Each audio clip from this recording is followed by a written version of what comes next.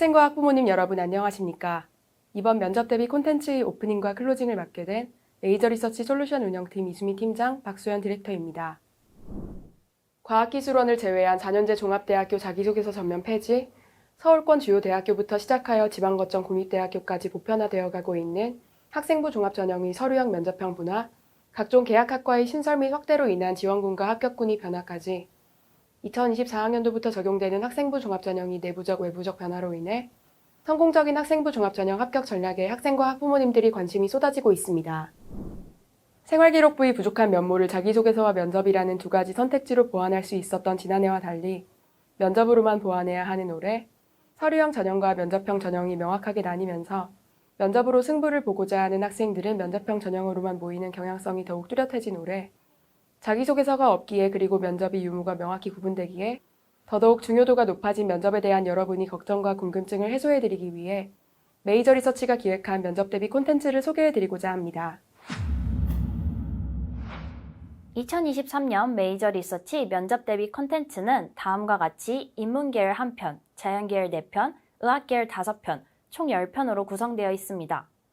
올해 면접 대비 콘텐츠는 작년의 면접 대비 콘텐츠와 달리 모의 면접 콘텐츠와 합격자 인터뷰 콘텐츠 두 파트로 구성되어 있으며 모의 면접 콘텐츠를 통해 각 대학, 계열, 전공을 위한 성공적인 면접 전략의 힌트를 살펴보신 후에 합격자 인터뷰 콘텐츠를 통해 실제 합격자들의 합격 비결과 입시 및 면접에 대한 전반적인 스토리를 들어보실 수 있도록 두 파트의 콘텐츠가 순차적으로 석소장의 입시생각 유튜브 채널에 게시될 예정입니다.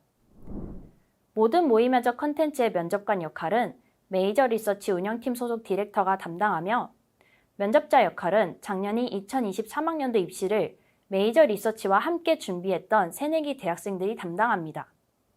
면접의 절대적 비중은 물론 상대적 중요성 역시 높아진 2024학년도 입시에서 여러분 스스로가 합격을 뒤집을 수단은 면접이 유일하기에 다른 지원자와 대비되는 나만의 컨셉을 깊이 고민하는 것은 물론 면접에서 이를 확실히 각인시킬 필요가 있습니다.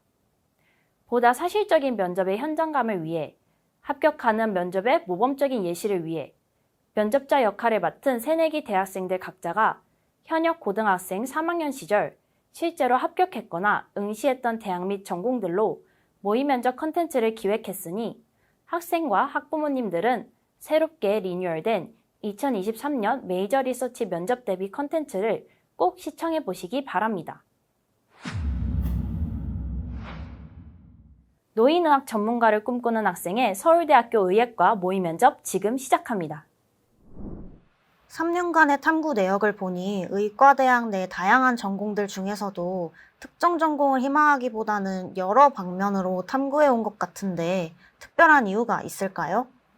사실 사람이 생명을 살리고 그들이 건강을 증진하는 의학의 매력을 느껴서 정말 의학과 관련된 것이라면 뭐든지 광범위한 관심을 가지고 고등학교 시절을 보냈습니다. 그러다 보니 구체적으로 어떤 전공과 의사가 되고 싶은지에 대해서 학창시절에 많이 고민하기도 했고 또 말씀해 주신 대로 특정 전공에 대해서 초점을 뚜렷하게 맞추지도 못했던 것 같습니다. 물론 향후 국내의 의학 발전에 기여를 하기 위해서는 전문의 과정을 거치면서 특정 분야에 대한 전문성을 꼭 길러야 할 필요성을 저도 철저하게 느끼고 있습니다. 하지만 의학에 대해 비교적 식견이 좁은 지금부터 진로를 확정해서 해당 전공에만 집중을 하기보다는 의과대학 내에서 예과 본과 시절을 거치면서 다양한 환자 군상 중 어떤 파트의 환자에게 가장 관심을 갖고 노력할 수 있는지 알아보고 싶습니다. 그러면 모든 전공에 대한 관심이 비슷한가요? 조금이라도 더 관심 있는 분야는 없나요? 저는 노인분들과 관련된 질환에 대해 관심이 있습니다. 절대적인 시간으로는 다른 봉사활동에 비해 적었지만 양로원 봉사에서 초기 치매 증상이나 만성질환을 겪고 계신 어르신들을 직접 마주하면서 초고령화 흐름 속에서 어르신들께 도움이 되고 싶다는 생각이 더 커졌기 때문입니다. 특히 식사 보조를 할 때 당뇨를 앓고 계시던 어르신께서 무조건적으로 과일을 드시기를 피하시는 것을 보고 당뇨 환자들에게 정확한 영양 섭취 정도나 활동량에 대해서 정보를 주는 생활습관 관리 애플리케이션 및 프로그램을 만들 수 있지 않을까 고민하기도 했습니다. 그러면 지원자는 원격 의료에 대해 호의적인 입장인가요? 네, 특히 의료 소외 계층의 접근성 측면에서 원격 의료는 더욱 발전해야 한다고 생각합니다. 예를 들어서 제가 관심 있는 당뇨를 예로 들면 생활습관병으로 지속적인 관리와 치료가 병행되어야 하는데 또 시간적, 경제적 여유가 없거나 거리가 멀어서 의료기관에 방문하기 힘든 이들은 그렇지 않은 사람에 비해 힘든 여건에 처해 있습니다. 그리고 고등학교 2학년 때의 탐구로 코로나19로 인해서 저소득층에게 주로 보건의료 서비스를 제공하던 보건소 및 공공병원이 코로나19 거점병원으로 지정되고 돌봄 서비스 또한 축소되면서 저소득층이 의료 혜택을 받을 수 있는 범위가 많이 줄어들었다는 사실도 알 수 있었습니다. 물론 수가 및 의료비에 대한 논의가 진행되어야 하겠지만 당뇨와 같은 생활습관병, 만성질환의 경우에는 디지털 헬스케어와 연관하여 비대면 의료인 비중을 높인다면 의료 접근성을 높이고 진찰 기회를 확대하며 꾸준한 관리가 가능하기에 이렇게 큰 장점을 활용하는 것이 바람직하다는 의견을 가지고 있습니다. 봉사 시간이 많은 편인데 힘들지는 않았나요? 이렇게 많이 봉사를 하게 된 이유는 무엇이었나요? 네, 저는 의사라는 직업은 환자뿐만 아니라 소속된 의료 공동체에 대한 헌신과 배려의 자세를 반드시 갖추어야 한다는 신념을 가지고 있고 이를 실천하고자 여러 봉사활동에 참여를 한 것이기 때문에 책임의식을 가지고 끝까지 봉사를 할 수 있었던 것 같습니다. 시험기간이나 다른 바쁜 일이 있어서 그럴 때에는 봉사와 학업을 병행하기 버거웠던 적도 있지만 당장의 힘듦에 집중해서 쉽게 포기를 해버린다면 앞으로도 지금보다 더 힘든 일이 생겼을 때 현실과 타협하게 될 거라고 생각을 해서 꾸준히 봉사에 참여했습니다. 서울대학교 의과대학에 여러 봉사 동아리가 있는 것으로 알고 있는데 서울대학교 의과대학에 진학을 하게 된다면 저는 그 중에서 성촌의료봉사회에서 어르신들을 대상으로 의료지원 봉사를 수행하고 싶습니다. 그러면 혹시 남을 좋은 의도로 도우려고 했는데 상대방이 그 도움에 별로 호의적이지 않다면 어떤 식으로 대응할 것 같아요? 첫 번째로는 제가 도움을 주려 하는 방법이 적합했는지에 대해서 제 자신을 돌아볼 것 같습니다. 두 번째로 방법을 바꾸어서 다시 다가갔는데도 여전히 도움을 원하지 않으신다면 상대방 의견을 존중해야 할 것입니다. 실제로 고등학교 2학년 때 학급에서 수학과 학습 부장으로서 성적이 잘 오르지 않는 친구들을 위해서 멘토링을 준비했던 적이 있는데 생각만큼의 효과를 얻지 못했던 적이 있습니다. 피드백 과정을 거친 결과 멘토링 과정이 너무 제 기준에 맞춰져 있어서 친구들이 원래 학습법을 존중하지 못했다고 그런 생각이 들었고 그리고 행동의 선한 의도도 중요하지만 도움을 받는 대상자에게 어떤 방식이 효율적일지에 대한 고민이 더 중요하다는 점을 깨달았습니다. 이러한 경험은 자기소개서에도 설명드린 고등학교 3학년 때 전교생을 대상으로 진행했던 학업 성장 프로젝트에서 큰 효과를 발휘할 수 있었던 기반이 되었다고 생각하는데 혹여나 여러 방법을 최선을 다해 제안해 보았음에도 도움을 거절하신다면 이 또한 상대방의 선택이기에 그분을 존중해야 한다고 생각합니다. 눈물의 당을 측정하는 실험을 하셨는데 왜 눈물이었나요? 해당 실험의 계기가 눈물 속 포도당 농도로 혈당을 측정하는 스마트 콘택트 렌즈 연구였기 때문입니다. 저도 눈이 좋지 않아서 가끔씩 렌즈를 끼고 하는데 이처럼 일상 속에 녹아들어 있는 렌즈를 통해 뭔가 편리하게 혈당을 측정한다는 접근이 신선했고 저도 눈물 속 포도당을 정량해보고 싶었기에 이렇게 은거울 반응 실험을 실시했습니다.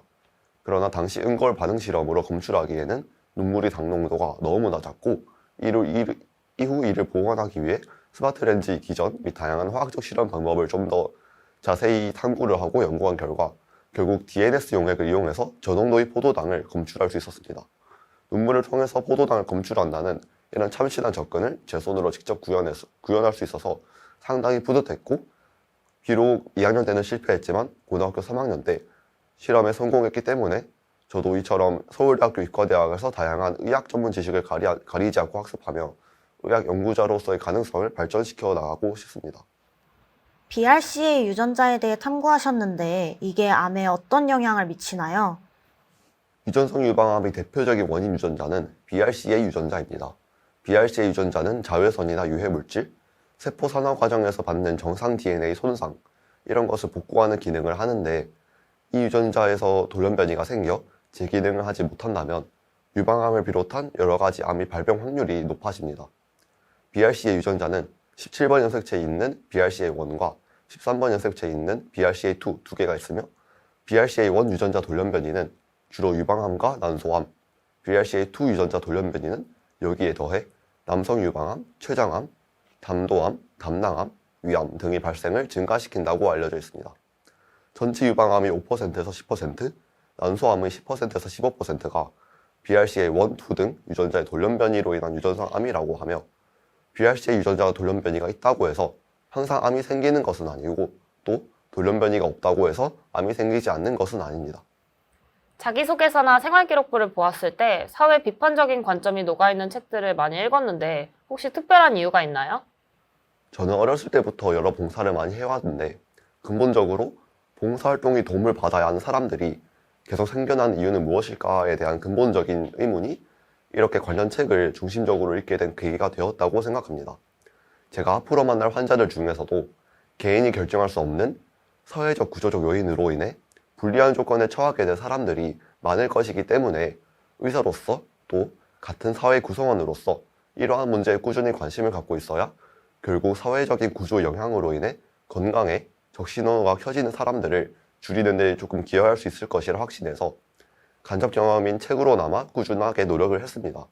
비록 제가 굳어져온 문제를 단번에 해결하는 히어로가 되기는 어렵겠지만 불평등한 구조를 더 고착화시키기보다는 꼭 대면하지 않더라도 비대면으로 환자의 건강을 케어할 수 있는 서비스를 활용한다든가 꾸준하게 의료 봉사에 참여한다든가 이런 식으로 조금이라도 선순환 일을 할 수 있게끔 작은 불씨를 켜나가고 싶습니다. 마지막으로 본인이 꼭 서울대학교 의예과에 진학해야 되는 이유가 있다면 말해볼까요? 제가 구체적으로 어떤 분야의 의학 전문가로서 의료 발전을 선도하고 싶은지 결정하기 위해서는 다양한 지식학습 및 임상 경험이 필수적이고 또 중요하다고 생각합니다. 국내 최고의 의과대학으로 선진적인 교육 시스템을 자랑하는 서울대학교 의과대학에서의 학업, 그리고 세계 최고 미래병원으로서의 도약을 꿈꾸는 병원이자 신뢰도가 높아서 환자들이 많이 찾는 그런 서울대학교 병원에서 폭넓은 경험을 하는 것은 저희 성장에 많은 도움이 될 것이라 확신하므로 저는 꼭 서울대학교 의과대학에 진학을 하고 싶습니다. 서울대 의대가 국내 최고의 의대라는 점을 제외하고 서울대 의대에 꼭 진학해야 되는 이유가 또 있을까요? 제가 요양원 봉사를 할 때 할머니, 할아버지들께 조금 더 잘 대해드리고 싶다는 마음이 생겨서 고등학교 1학년 때 노인을 위한 치료백과라는 책을 읽었고 또 이는 실제로 노인분들을 이해하는 데 많은 도움이 되었었는데 해당 책이 분당 서울대학교 병원 노인의료센터에서 출간을 한 책이었습니다.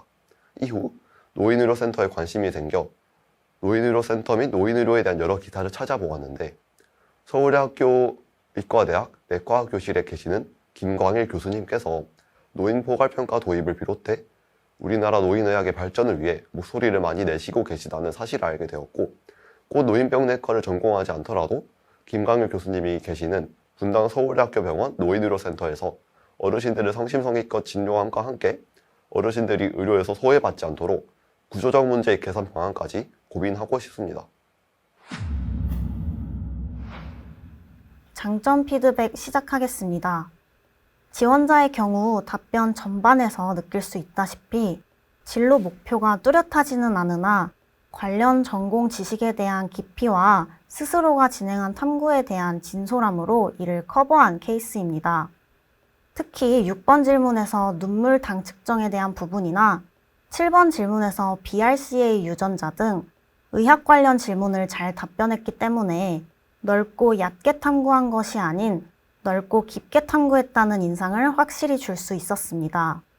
작년부터 자기소개서 폐지 및 복수 전공 이수 요구 기준 하향 등 대학 측에서도 특정 단일 학문에 대한 전문성, 즉 전공 적합성만을 강조하기보다는 계열 적합성으로 요약되는 다양한 계열에 대한 접근 경험과 탐구 경험을 중시하는 경향성이 나타나고 있는 만큼 명확한 목표를 제시하기 애매한 생활기록부를 가지고 있는 수험생 여러분들께서는 적어도 여러분이 직접 한 탐구에 대한 현실적인 전문성만큼은 확실히 가지고 있어야 한다는 점을 인지해 주시기 바랍니다.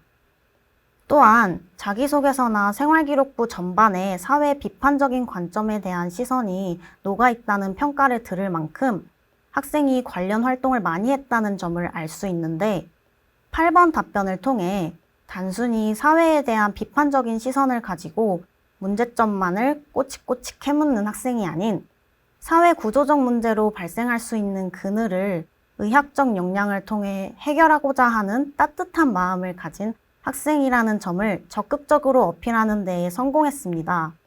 구체적으로 3번 원격 의료 관련 질문에서 의료 소외층의 의료 접근성 문제를 언급하고 4번 질문에서 의학도로서 필요한 봉사정신에 대한 뚜렷한 주관, 그리고 10번 질문에서 어르신들이 의료에서 소외받지 않게끔 하고 싶다는 등 연결성 있는 답변을 구성했는데 수험생 여러분들도 면접 현장에서 여러분 스스로의 이미지는 한 개 질문에 대한 답변만으로 형성되는 것이 아니라 전반적인 답변을 통해 형성되는 것이라는 점을 꼭 기억해 주시기 바랍니다.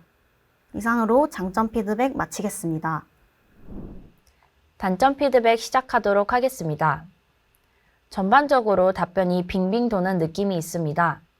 해당 단점은 장점에서 비롯되는 일종의 양날의 검과 같은 단점이기도 한데 의과대학 진학 이후에 세부적인 전공 및 진로를 결정하겠다는 이야기가 언뜻 듣기에는 진정성 있고 합리적인 답변으로 들릴 수도 있겠지만 해당 의과대학이 국내 의학 연구를 선도하는 서울대학교 의과대학이라는 점과 서울대학교 의과대학에 지원하는 학생들이 대부분 특정 전공 분야에 대한 전문성을 바탕으로 스스로의 역량을 강조한다는 점을 고려했을 때 면접관 입장에서는 이 지원자는 다른 지원자들보다 의욕이 부족한가 하는 인상을 줄 수 있다는 점을 명심하셔야 합니다. 그리고 의과대학에서 세부적인 전공과 진로를 결정하겠다는 방향성 자체는 동일해도 지원자의 경우 면접관이 한 추가 질문을 통해서 진로를 보다 구체적으로 답변했다는 점에서 아쉬움이 남습니다. 처음부터 노인의학에 중점을 두고 다른 진로도 폭넓게 고려해보겠다고 답변하는 모습을 보였다면 적극성 측면에서 더 좋은 평가를 받을 수도 있었을 것이고 면접관이 초반에 학생의 이미지를 더 빨리 잡을 수 있었을 것입니다. 면접관이 이번 질문과 같은 추가 질문을 하지 않았더라면 이것저것 탐구는 많이 했는데 특정 분야에 대해 의욕을 보이지 않는 학생으로 선입견이 형성된 채 면접이 쭉 진행되었을 가능성이 큰 만큼 수험생 여러분들께서는 질문에 대한 답변의 두 갈식 형태 이외에도 전체 면접 초반부에서 스스로의 이미지를 확실히 형성하고 가는 것이 중요하다는 점을 명심해 주시기 바랍니다. 이상으로 단점 피드백 마치도록 하겠습니다. 태도 피드백 시작하겠습니다. 전반적으로 버벅거리는 부분이 있긴 하지만 접속사나 어미의 사용이 자연스럽고 답변의 속도가 적당해 전달력이 좋았습니다. 아쉬운 점은 크게 두 가지가 있습니다. 첫째로 지원자께서는 답변 중 손을 움직이거나 팔을 걷는 등 움직임이 있었습니다. 이러한 태도는 듣는 사람으로 하여금 지원자의 긴장감을 느끼게 하고 집중력을 방해할 수 있으니 개선이 필요합니다. 둘째로 지원자께서는 어미 끝에 억양을 올려서 말하는 습관이 있었습니다. 이러한 습관은 듣는 사람으로 하여금 다소 피로도를 증가시킬 수 있습니다. 따라서 이러한 부분은 어미 끝의 억양을 낮춰서 말하는 연습을 하거나 혹은 문장을 더 간결하게 완성함으로써 개선하는 것이 좋을 것 같습니다. 이상으로 태도 피드백 마치겠습니다. 메이저 리서치가 제작한 이번 면접 대비 콘텐츠 잘 보셨나요? 면접을 철저히 준비한 학생은 짧은 면접 시간만으로도 면접관들에게 강한 임팩트를 남겨 합부를 충분히 뒤집을 수 있습니다. 면접을 겪어본 학생과 면접을 겪어보지 않은 학생은 엄청난 차이를 보입니다. 메이저 리서치에서는 학생에게 최적화된 온오프라인 통합형 면접 솔루션을 운영하고 있습니다. 석 소장님 그리고 메이저 리서치와 함께 2024학년도 대입 면접을 준비하고 싶으신 학생 및 학부모님들께서는 카카오톡 메이저 리서치로 문의 주시기 바랍니다.